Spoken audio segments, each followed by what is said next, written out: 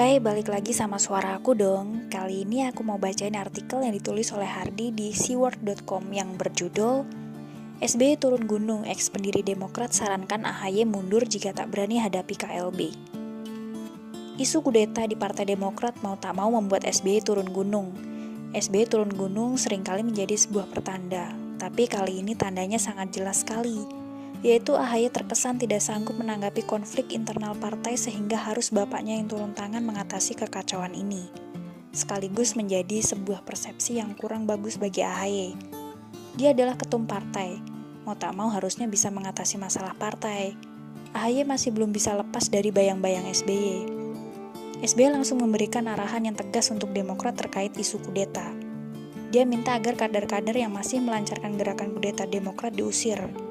Kalau segelintir kader atau mantan kader itu masih bergentayangan mencari mangsa ke kanan dan ke kiri, katanya ada juga yang bertindak sebagai I.O.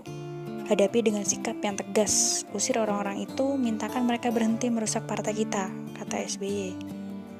Pada kesempatan ini, bagi orang luar yang punya ambisi untuk merebut dan membeli Partai Demokrat, saya katakan dengan tegas dan jelas, Partai Demokrat not for sale. Partai kami bukan untuk diperjualbelikan, meskipun Partai Demokrat bukan partai yang kaya raya dari segi materi, kami tidak tergiur oleh uang Anda berapapun besarnya, kata SBY.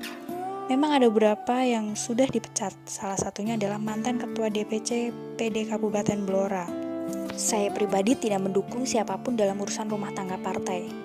Saya hanya penonton yang tertarik dengan drama ini, sekaligus ingin melihat seberapa jauh AHY harus bergantung pada SBY dan seberapa hebat AHY hingga bisa diangkat sebagai ketua umum. Kesan pertama adalah AHY tidak lulus tanpa bantuan SBY. Saya rasa AHY bakal langsung terjungkal tak bisa bangkit.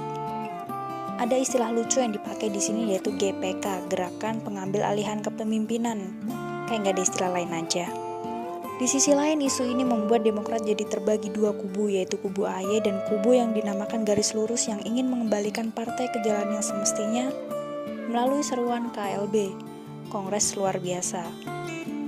Kubu AHY berkeyakinan KLB adalah langkah ilegal yang berakibat munculnya permintaan agar dilakukan pemecatan terhadap Marzuki Ali, Max Sopacua, Darmizal, dan kader lainnya pun telah digulirkan.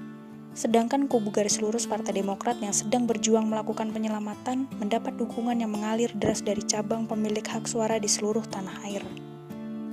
Keyakinan sukses KLB semakin kuat. Tokoh senior dan salah satu pendiri Partai Demokrat HM Darmizal bahkan menyarankan AHY mundur dari jabatannya sebagai ketua umum jika tak berani menghadapi tuntutan KLB yang disuarakan kader.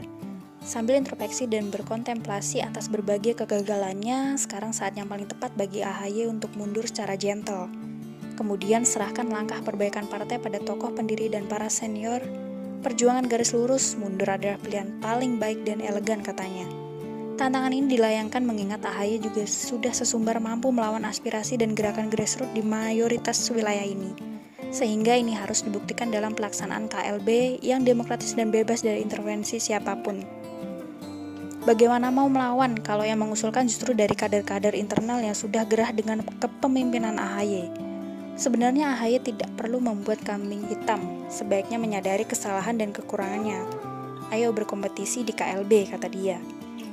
Terkait KLB yang dianggap kubu AHY adalah ilegal, Darmizal mengatakan KLB dan pergantian ketua umum dijamin oleh konstitusi Partai Demokrat. Suara-suara dari pengurus daerah dan cabang semakin mengalir deras kuat untuk melaksanakan KLB.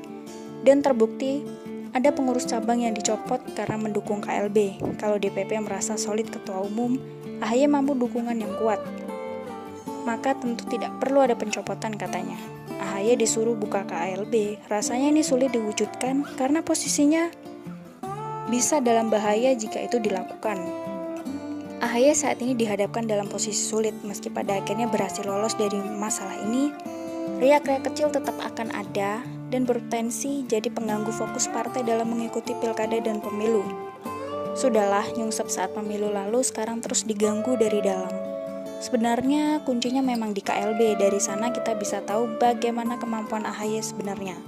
Meski kita sudah tahu dari dulu, hehehe. Bagaimana menurut Anda? Oh ya, artikel lengkap ada di deskripsi ya.